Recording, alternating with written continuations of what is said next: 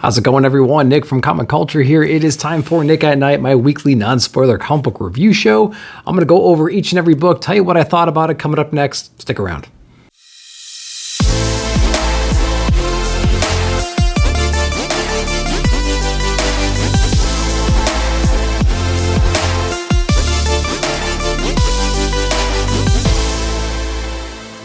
Welcome back to the show. All right, let's go over all the books I read this week. I'm going to go ahead and put up my grading bar right here. As I go over each book, I'm going to populate the cover for that book on the grading scale so you know how it stacks up amongst the rest of the books I read that week. So let's get into the big two, as we always do. We're going to start with Marvel this week. We're going to go into Captain America, Sentinel of Liberty. This is issue number 4 from Colleen Kelly and Jackson Lansing. And so a lot of controversy about this book. There's a lot of like woke stuff in here, apparently. There's some military references in here that I can understand why it would get some people stirred up. And there's one reference about, Sam's the better Captain America. Other than that, it's a pretty interesting story, I would say. There is this really cool conspiracy theory, this like 5-pointed conspiracy theory that they're trying to uncover in this book. Bucky has some information. Steve's kind of gathering his own data right now, and they're kind of getting together and combining their knowledge right now to try and see what they're going to do about this going forward. So it's a pretty interesting premise in general, I think. The art is pretty interesting too. It's nothing groundbreaking or blows you away. I'll give you a little hint of what that art style is like in here, see if it's something you might be interested in. Overall, it's a pretty interesting little conspiracy theory Captain America book. It has its moments where it's kind of cringy here and there. But again, the art's pretty decent. And there's some really interesting action scenes in here where he's actually fighting this one super-powered enemy called the Redacted. And so this is our second battle in here, and Captain was a little bit more wise going into this second battle, and it ended up going in his favor a little bit. But pretty interesting premise, somewhat alluding to the fact that there were like these 5 ideal soldiers for each, one for each of the little areas that they kind of run right here. And it's like Bucky was one of those points of the star. This Redacted guy was one of them. Steve was probably going to be one of them. And so it's a pretty interesting little mystery they're kind of piecing together right now. And so again, it's got some people stirred up for some little moments here and there inside the book. Whatever, just read it for yourself. It's perfectly fine, I think. And so far so good on this one. Let me know what you're thinking if you read this one. I haven't read a Cap book in quite some time, so it's kind of fun to get back in that world. Despite some of the controversy, it's a pretty cool little conspiracy theory book. Let me know what you thought about it. All right, the next Marvel book we read was Moon Knight issue number 15. This is from Jed MacKay, and we have Cappuccio on the art and Rosenberg as well. Really, really cool book. One of my favorite Marvel books out there right now. We're going to get to probably my favorite Marvel book here in just a moment, but definitely a contender up there. It's definitely in the top 3 or 4, so I would highly recommend this one. I actually like this second arc ever since issue number 13. Issue 1 through 13 was interesting. It basically focused on Moon Knight and some of his kind of like new members of his little group, his mission, and fighting Zodiac and having these little C-tier villains kind of come and go throughout the rest of the series. This one's more focused on his DID, his identity disorder, and also there's some newer villains that were introduced in here, and we're a little bit more focused on like the vampire plague on the city and what he's trying to do about that. So I really do like this one, especially since issue number 13. The artwork in here, it continues to be incredible. I love what I'm seeing there. Again, he's just drawn. He's got like a radiance to him that's just really cool. Which is great to see. Everything around him is kind of dull, and then all of a sudden he's just super bright and radiant, which is just kind of awesome. If that actually focuses there, you can see what I'm talking about from that perspective. He's still getting therapy right now. And in the most recent issues, he's kind of playing with his other identities. We have Lockley doing some work in here, which is really fun to see. And we have some of his other identities peeking out from time to time. And they're all playing their special role right now. They all have something they can contribute to solving this mystery of who these most recent villains were. He's been attacked recently by these 2 villains. He's trying to get some more information on them so he knows how to kind of attack them in future battles and whatnot. And so it's actually really cool. It's fun to see his different personalities working together. It's fun to see him taking on this kind of a level threat because I think it's appropriate for him. And yeah, I've been digging Moon Knight so far. One of my favorite Marvel books. What are you thinking of it? All right, we're going to go over to my favorite Marvel book probably right now. This is Punisher, issue number 6. We have Jason Aaron on this one, and we have Sayaz on the art, and Paul Azteca as well on here. It just kind of depends on if there's a flashback or there's a more of like a modern day stuff. And we have Dave Stewart on the colors, as always. Really, really great book. We understand why Frank would actually want to team up with the Hand. He's getting something back from that, but he's kind of on this weird...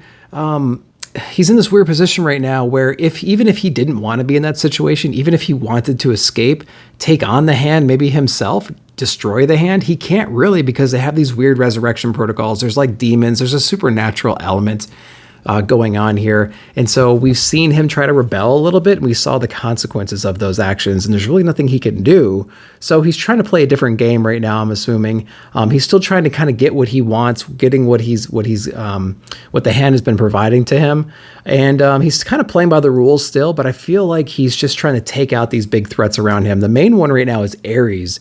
And so Ares is actually a pretty big threat that we've been building up over the last few issues. There's a huge, long battle between Punisher and Ares in here. And basically Ares is doing whatever he can do to try to convince Punisher to come join him. Frank is like his model human for destruction and death and war. And he's trying to like, why are you dealing with the Hand right now? You need to be on my side. What's wrong with you? And it's an amazing battle throughout this majority of this issue. And so that's awesome. I do like that a lot. And at the end, we get this amazing little cameo. I'm not going to spoil it or anything like that, but it's something that I've been looking forward to for quite a long time. If you've been reading Marvel books, especially Street Hero stuff, I think you've been anticipating this as well. So we'll see where that goes. But yeah, Punisher, great, great book. I highly recommend it. One of the best ones out there. Start from the beginning. We're only on issue 6 right now, so it won't take that long to catch up. Check it out, though. All right, we're going on to some X-Men love here. We have Immortal X-Men issue number 6. Went ahead and got like that action variant right there, like Action Comics variant almost. So that is pretty cool. We have Peter Parker kind of putting the thing on, pulling out the vest. There's like destruction going on. He's going to jump and leap into action, swing into action here. So I do like that cover. Pretty cool. So what I'm gathering right now on Immortal X-Men is it is a deeper dive into the Quiet Council. And so in this issue, we kind of focus more on Sebastian Shaw. The pattern, which I'm kind of embarrassed I didn't really quite pick up until now, is we're somewhat focusing on separate members of the Quiet Council, hearing a lot of their inner monologue. And when they're having these discussions as a group, you hear all this inner monologue with that one certain character. And of course, it's like sarcastic or it's aggressive towards certain people. And when someone speaks up, they're like, well, of course you would say that or something like that. So it is kind of interesting to see. Now, they're also still fighting the Celestials right now. They're kind of in this little break from that. And there's a bunch of other people fighting them right now. So the Quiet Council can actually get together and kind of plan the next steps forward. Basically, this entire issue was just like a collective experience share about how they're being judged.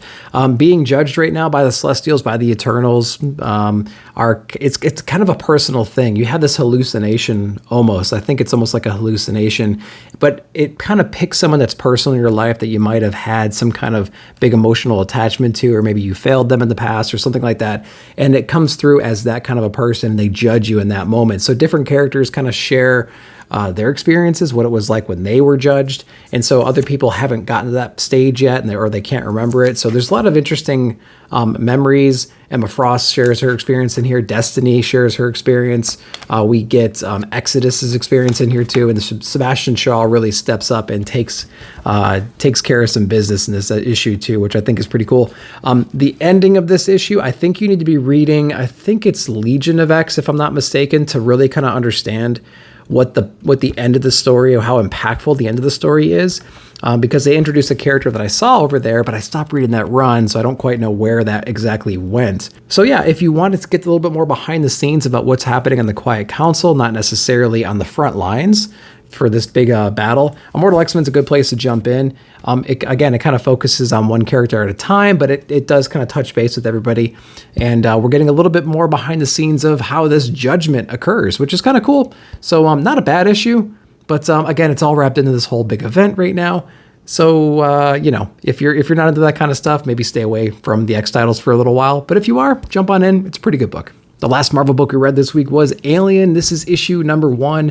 I guess this is like a second volume or something like that because we're rebooting it, but it's by Philip Kennedy Johnson. And I did not read more than maybe the first couple of issues of the last Alien run.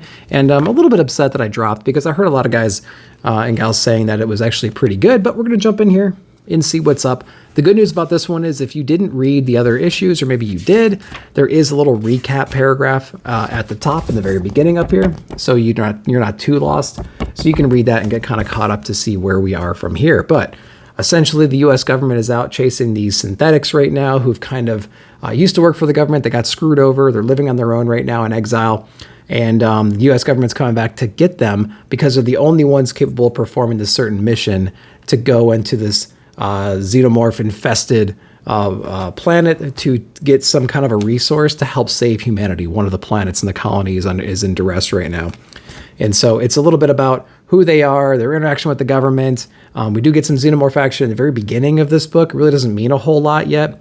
We're going to get some more action in the subsequent issues for sure. Also, I will say that the art kind of turned me off initially when I was just kind of flipping through this book when I pulled it. Because it's a little bit weird. It's a little bit funky from time to time. Like that's what you're seeing right now on this one page here. But then once the action kind of kicks in and we get to see a little bit more of what's going on, it does seem to work pretty well. And it does handle the coloring pretty well. It's a bright, shiny book from time to time. There's not a whole lot of detail, but it still works. It still works. I'm not completely turned off about it. We'll see what happens when they start bringing the xenomorphs back in and things start getting really bloody and gory and moody. We'll see how that translates over. But not too bad of an issue. I obviously, if you didn't read the previous volume, you're probably going to miss a little bit like I am right now. But I didn't read that, and I jumped into this one, and I pretty much followed exactly what's going on.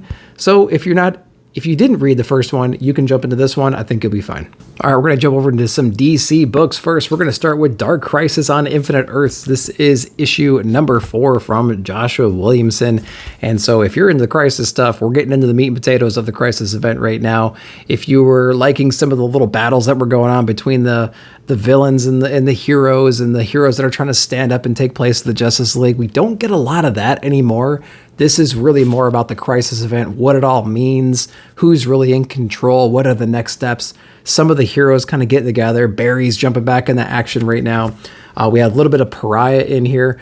Our Legion of Doom was trying to kind of pull forces together and figure out what to do next to take on this big threat. We had Black Adam kind of eliciting their help a little bit, which was a pretty interesting scenario. And then they got attacked in this issue. So a lot was going on in here, and it was kind of cool to see all the different factions trying to figure out what the next steps are in this big Crisis event. Now, again, it's a Crisis event. There's a lot of high concepts in here that it really relies on the historical knowledge of the reader.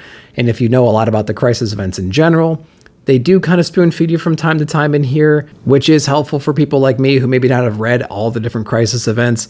But at the end of the day, it is a Crisis event. It's supposed to be super high concept and confusing and complex, and I'm sure it's going to spin off into all sorts of different stuff into the near future. So, it is what it is. From an art perspective, I like the art style a lot. It gets really kind of gritty and it gets detailed, and I like the action scenes and the emotion and stuff like that you see from time to time in here. And so there is that to go with. So that's something to look forward to if you're into those kind of books. I do think it's funny though, there's some scenes in here from like the Hall of Justice where it's pretty wordy, and people are just kind of standing around talking about these super high concepts, and like everyone understands what's going on, and you have some superheroes just kind of looking around and it seems like they're completely lost or something like that. It is kind of funny. It's just like, well, I'm just a street level guy. What am I going to do against these multiverse altering events and things like that? So, it is kind of fun. I'm sure all hell's going to break loose very soon. Again, the art's just really, really cool in this book. Everyone seems to be possessed in some of these pages. And of course we got Pariah doing Pariah stuff in here. So, this book was the least interesting, I think, so far. Maybe issue 1 was the least interesting, but I like 2 and 3 a lot. Again, I don't like the Crisis event. I like just the villains and the heroes fighting on the street level. That's just a lot more easy. It's a little bit easier to like wrap your head around and understand. Once you start getting to the Crisis stuff, I kind of get lost a little bit. So this book didn't really do it for me from the Crisis event. Again, I liked everything that happened on the street level stuff. But let me know what you guys are thinking about this Crisis event, especially if you've been reading DC books for a long time and this isn't your first rodeo for Crisis. What are you thinking about this one? Next DC book we read was Flashpoint Beyond from Jeff Johns. And so this is actually issue number 5. We only have one more issue to go after this. And I'm wondering if we're going to get like a closure issue, because I think we had an introduction issue, like an issue 0 leading into this series. I wonder if we're going to get maybe a one-shot afterwards. We will see. I will say that issue 1 through, or issue 0 through 4 were some of my favorite books so far. This one takes a little bit of a breath and actually helps to introduce and explain who is behind all these killings that we've been investigating this entire time. So basically the Flashpoint universe, the Flashpoint Paradox universe is back in place. We have Thomas Wayne. He's the only one that remembers that, this world shouldn't exist, that his son actually became Batman and him and his wife died in that alley. This is the alternate reality played forward some more. But now he's realizing that whatever they did to fix Flashpoint Paradox originally, all those people are being killed by someone who presumably knows this alternate universe shouldn't exist. And they're kind of pushing all these clues over to Thomas to try to figure out who this person is. We actually learn that in here. We also learn potentially some very interesting stuff about the DC and Batman mythology and Batman lore anyway, especially with his rogues gallery. Something very, very important about a very close villain of Batman. I'm wondering if that's the first time we've ever learned that kind of a thing, but perhaps not. Again, it's a really brilliant book. It's really well written.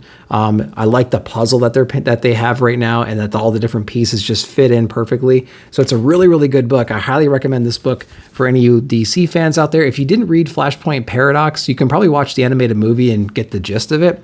And then you can jump into something like this. Reading Doomsday Clock might help too, because they do reference some of the Dr. Manhattan stuff in there, but it's not like overly necessary to do that, because I don't actually remember a whole lot from that series, but I jumped into here understanding exactly what's going on. So yeah, check out Flashpoint Beyond if you haven't yet. It's one of the best DC books out. All right, we're going to jump over into some Poison Ivy, issue number 4 from G. Willow Wilson. Got that Jenny Frison cover, because we always do. I need to pull out the other Poison Ivy covers, because they all seem to be the same. I wonder if there's like a progression of like how crazy the covers have gotten with all of her covers for Poison Ivy so far, because I feel like they're essentially the same. It's just kind of like her face, her hands with a bunch of floral arrangements around her, flowers and whatnot, but I'll have to check those out. But yeah, again, this is basically a story about Poison Ivy spreading this disease around right now, and this disease kind of like instantly turns you into like this just crazy plant-like thing and kills you instantly. She's found a real creative way of spreading this pathogen, I suppose, everywhere. And so like most issues leading up into this, she meets some people. She actually kind of cares for them in a way and takes care of their local problem, but ultimately knowing that at some point they're going to get taken out by this, by her plan and by this little pathogen that she's spreading out right now. And so there always seems to be some kind of like abuser kind of featured in these issues, or more often than not, and she kind of goes out of her way to take out that person because they're obviously abusing some people that she just met, and she's not for that, obviously, and so she kind of takes care of that in here. There's a narration of here as if it was as if Poison Ivy's writing this letter back to Harley, which I think is kind of cool. She kind of hallucinates seeing Harley from time to time. And I can't wait for them to kind of get back together. I'm not entirely sure that that's even in the cards if this plan plays through, but we'll see. Again, art-wise, I think it's great. I love what I'm seeing art-wise. Poison Ivy's drawn in a really interesting way, something we haven't seen before, and she almost can't control her abilities right now. Every so often, she'll get like these little growths and things like that. And so she has to kind of suppress those kinds of things. So it's a pretty interesting concept. I do like that.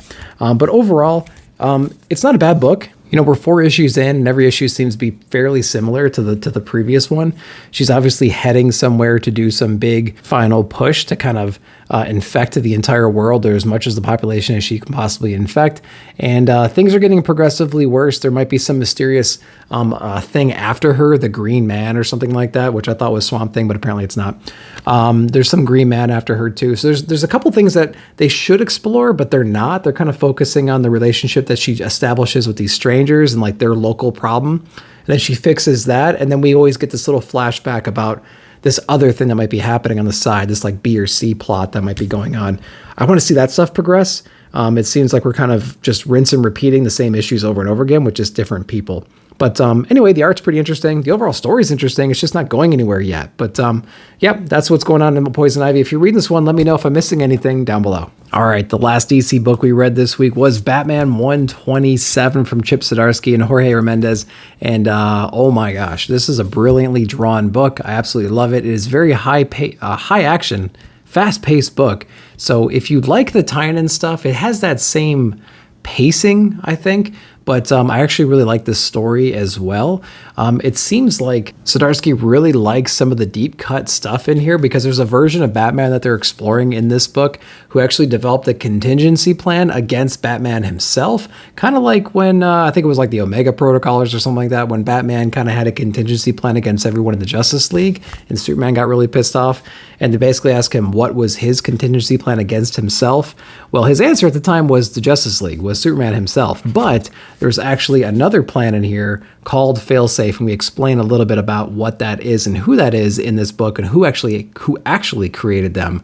So I really, really like that. Again, the art style in here is absolutely incredible. I want Jorge Remendez to draw every comic book, because it's absolutely blown me away every single time I see this. I was really introduced to him on the Tynan run, but then I'm looking at this stuff here and it is gorgeous. He really, really knows how to do action scenes in some of those moments where you just need to pause and stop and like sink in that moment.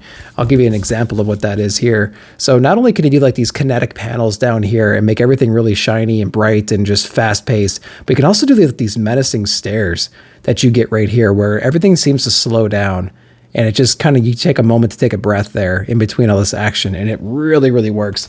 And I'm just loving that. I know one thing I mentioned during the Tynan run was I actually like it when Batman is kind of up against the wall, doesn't really know what to do, and is completely overrun and overpowered by the opponent. And this is definitely what we see inside of this book. Now, we've seen that a lot lately, and perhaps Batman purists out there might not like that, because Batman's supposed to have a contingency plan and like be a few steps ahead of any situation. But in this one, he's truly, truly up against the wall here and does not know what to do. But we have a little bit of cavalry showing up towards the end here, and I'm really excited to see where that plays out and how that plays out. I think it's going to be awesome, although something tells me that it might not go according to plan based on some theories that I have about what is actually going on in the story here. The backstory in this is more about how Catwoman's trying to follow up with all the different Osborn children and trying to see who might be taking over the mantle. We got introduced to a few new characters who might be the new Penguin going forward, but we learn a little bit more about who Selina is Selina is investigating right now and who she's trying to keep tabs on. So that was an interesting development we saw at the end of this backstory as well. But yeah, I mean, overall right now, this new Batman run that Zdarsky picked up is really, really cool. Again, I feel like it's the same pacing we saw in James Tynan, but you're not getting James Tynan's writing, you're getting Chip Zdarsky's writing. It's a cool, deep cut theory, and it ties back to, again, those contingency plans that Batman had against the Justice League. This is the contingency plan against Batman, and who developed it, you find out in this book, and what it is absolutely crazy. Check it out. All right, we're going to jump into some indie books next. We only have 2 Image books, and that'll wrap up the indies. We have The Ending of Twig. This is issue number 5, and again, it was from Scotty Young and Kyle Stram. And if you were disappointed that Scotty Young did not draw this book, don't be, because Kyle Stram really, really nailed it, really knocked it out of the park, and he has some really amazing artwork in here, and it is colored so beautifully as well. It's almost like a 3-dimensional art style, and what he did with these characters is really remarkable. The backgrounds and everything, the world development, the characters inside of the world, extremely creative. And they're like little pieces of works of art. You can just sit there and you can stare at some of these backgrounds. It's very like Tim Burton-esque. It's like Tim Burton, Avatar, Star Wars, all kind of rolled into one. It's a very, very interesting thing. It's like bright and vibrant, but at the same time dark and moody and kind of scary. And so, yeah, man, they just did such a great job with the art style in the book. Again, it's a call to adventure. It's a hero's journey. It's someone stepping up to the plate, trying the best they can to fill in big shoes.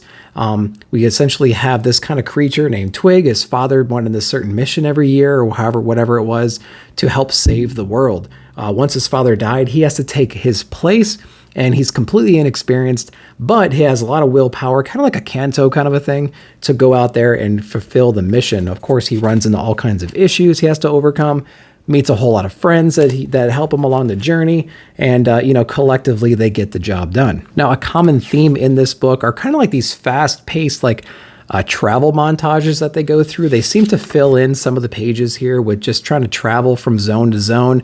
Lots of different panels, lots of different things going on in here. They kind of continue this comedic dialogue as they're traveling from zone to zone, and it helps push the story forward. But I kind of feel like in doing that, you lose a lot about the environment that they're in. Sometimes I want them to pause and explore that area, maybe run into trouble in that one specific spot, because the paneling just seems, or the backgrounds just seem so interesting. I kind of want them to kind of linger there for a little while, you know, but of course it was just kind of meant to catch your eye for that one moment and then kind of continue the story going forward. It does wrap up pretty quickly.